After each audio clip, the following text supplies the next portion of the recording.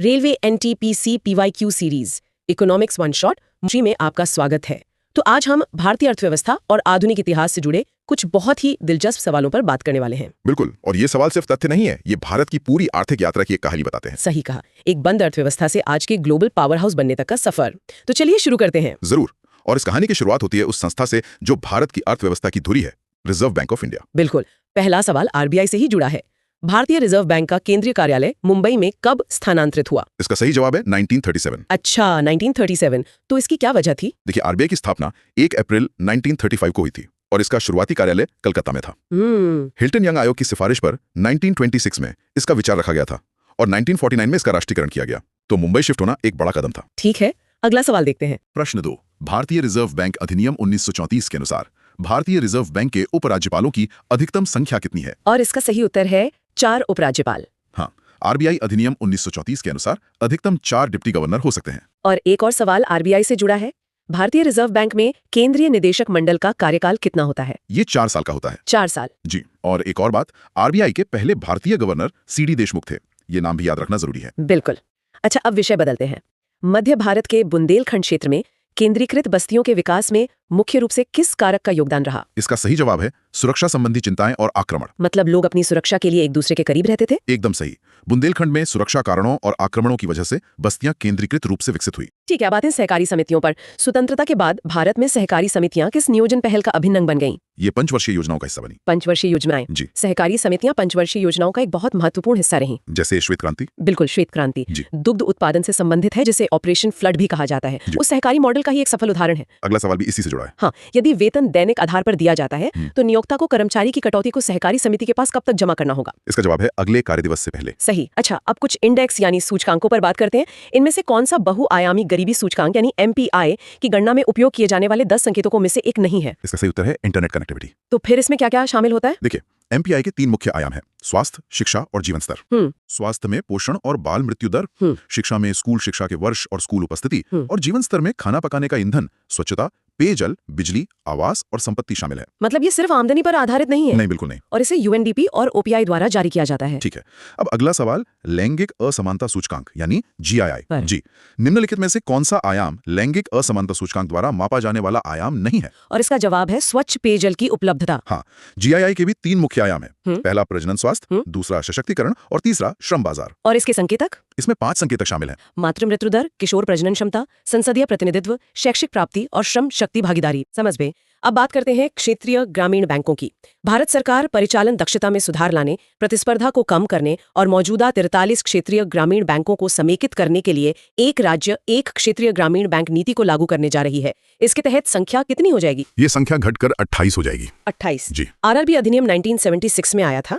पहला आरआरबी प्रथमा ग्रामीण बैंक मुरादाबाद में खुला था। और इसमें हिस्सेदारी कैसी होती है? आरआरबी में केंद्र सरकार का 50%, प्रायोजक बैंक का 35% और राज्य सरकार का 15% हिस्सा होता है। अच्छा। अब टेलीकॉम सेक्टर पर आते हैं। जी। प्रश्न 10, भारतीय दूरसंचार क्षेत्र को किस वर्ष की दूरसंचार नीति के तहत उदारीकृत किया गया था? इसका सही उत्तर है 1994। हाँ, और टीआरएआई की स्थापना 1997 में हुई थी। अगला सवाल है, जहाजरानी मंत्रालय द्वारा प्रस्तावित सागरमाला परियोजना का प्राथमिक उद्देश्य क्या है? इसका मुख्य उद्देश्य है बंदरगाह आधारित विकास यानी पोर्ट लेड डेवलपमेंट। और एक भारतमाला परियोजना भी है ना? जी, भारतमाला परियोजना 2017 में शुरू हुई थी और वो सड़कों से संबंधित है। ठीक है, अब निरपेक्ष गरीबी और सापेक्ष गरीबी के बीच अंतर को समझते हैं। हाँ, तो सवाल है कि इनमें से कौन सा कथन सही अंतर बताता है? और सही जवाब है कि निरपेक्ष गरीबी एक निश्चित सीमा का उपयोग करती है, जबकि सापेक्ष गरीबी समाज के भीतर व्यक्तियों की तुलना करती है। बिल्कुल सही। अगला सवाल, गिनी गुणांक का उपयोग किसे मापने के लिए किया जाता है? इसका उपयोग आय असमानता मतलब इनकम इनइक्वालिटी को मापने के लिए होता है। ठीक है। ग्रामीण विकास कार्यक्रमों में शामिल हस्तक्षेपों में से एक क्या है? इसका उत्तर है असंबद्ध गांवों को सड़क संपर्क प्रदान करना। सही। इनमें से कौन सा संकेतक किसी जनसंख्या में व्यक्तियों के बीच आय के वितरण में असमानता को दर्शाता है? वो है लॉरेंज वक्र। लॉरेंज वक्र। जी। उपभोक्ता मूल्य सूचकांक यानी सीपीआई तो मुद्रास्फीति मापने के लिए उपयोग होता है। इसे एनएसओ जारी करता है और इसका आधार वर्ष 2011-12। ठीक है। अगला सवाल, कौन सा माप किसी देश की गरीबी रेखा से नीचे जीवन यापन करने वाली जनसंख्या का प्रतिशत बताता है? ये है गरीबी प्रति व्यक्ति अनुपात या पॉवर्टी हेडकाउंट रेशियो। करेक्ट। गरीबी रेखा से नीचे रहने वाले व्यक्तियों की संख्या को ध्यान में रखते हुए गरीबी की गहराई को मापने के लिए किस सांख्यिकीय संकेतक का उपयोग किया जाता है? इसके लिए गरीबी अंतर सूचकांक यानी पॉवर्टी गैप इंडेक्स का इस्तेमाल होता है। ठीक है। 1904 में पहले सहकारी ऋण समिति अधिनियम के अधिनियमन पर किसका प्रभाव पड़ा? इसका जवाब है भारतीय अकाल आयोग। जी। हंटर आयोग शिक्षा से संबंधित था। लॉर्ड रिपन को स्थानीय स्वशासन का जनक माना जाता है और साइमन आयोग 1927 में बना था। बिल्कुल। अब एक सवाल संविदा खेती पर है। भारत में संविदा खेती की एक विशेषता क्या है? इसकी विशेषता है कि कंपनियों द्वारा निश्चित दर पर उत्पाद वापस खरीदे जाते हैं। एक फिक्स्ड बायबैक रेट होता है। हाँ।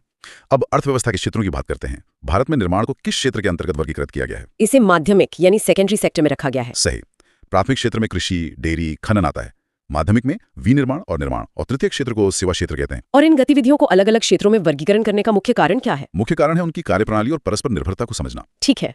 अगला सवाल, भारतीय अर्थव्यवस्था के संदर्भ में अंतिम वस्तु यानी फाइनल गुड क्या है? दिए गए विकल्पों में से बिस्किट। हाँ, अंतिम वस्तु वो है जो उपभोक्ता द्वारा सीधे उपयोग की जाती है। मशीनरी जैसी चीजें पूंजीगत वस्तुएं होती हैं जो उत्पादन में मदद करती हैं। और भारत में समय के साथ इन क्षेत्रों के महत्व में क्या परिवर्तन आया है? इसका क्रम है प्राथमिक से माध्यमिक और फिर तृतीयक। मतलब कृषि से उद्योग और अब सेवा क्षेत्र का महत्व सबसे ज्यादा है। बिल्कुल। भारतीय औद्योगिक वित्त निगम यानी IFCI की स्थापना किस वर्ष हुई थी? इसकी स्थापना 1948 में हुई थी। सही। कौन सा उद्योग क्लस्टर विकास से निकटते से जुड़ा हुआ है और भारत में कृषि के बाद रोजगार सृजन के मामले में दूसरा सबसे बड़ा क्षेत्र है? ये है वस्त्र एवं परिधान यानी टेक्सटाइल एंड अपैरल। ठीक है। राष्ट्रीय तकनीकी वस्त्र मिशन का मुख्य उद्देश्य क्या है? इसका मुख्य उद्देश्य है तकनीकी वस्त्रों का विकास। 1991-92 और 2011-12 के बीच सुधारों के बाद की अवधि के दौरान खनन, विनिर्माण और बिजली सहित उद्योगों की औसत वार्षिक वृद्धि दर क्या थी? ये दर 6.7% थी। और उस दौरान औसत GDP वृद्धि दर? वो 6.9% थी। अब आते हैं पंचवर्षीय योजनाओं पर। हाँ, 2 कथन दिए गए। पहली पंचवर्षीय योजना हेरोड डोमर मॉडल पर आधारित थी और इसने खाद्य सुरक्षा के लिए कृषि विकास को प्राथमिकता दी। और दूसरी पंचवर्षीय योजना, जिसे महालनोबिस योजना के नाम से जाना जाता है, तीव्र औद्योगिकीकरण पर केंद्रित थी। तो इनमें से कौन सा सही है? दोनों कथन सही है। दोनों सही है। जी। तीसरी योजना का लक्ष्य आत्मनिर्भर और स्वसृजित अर्थव्यवस्था था। फिर 1966 से 69 तक योजना अवकाश रहा।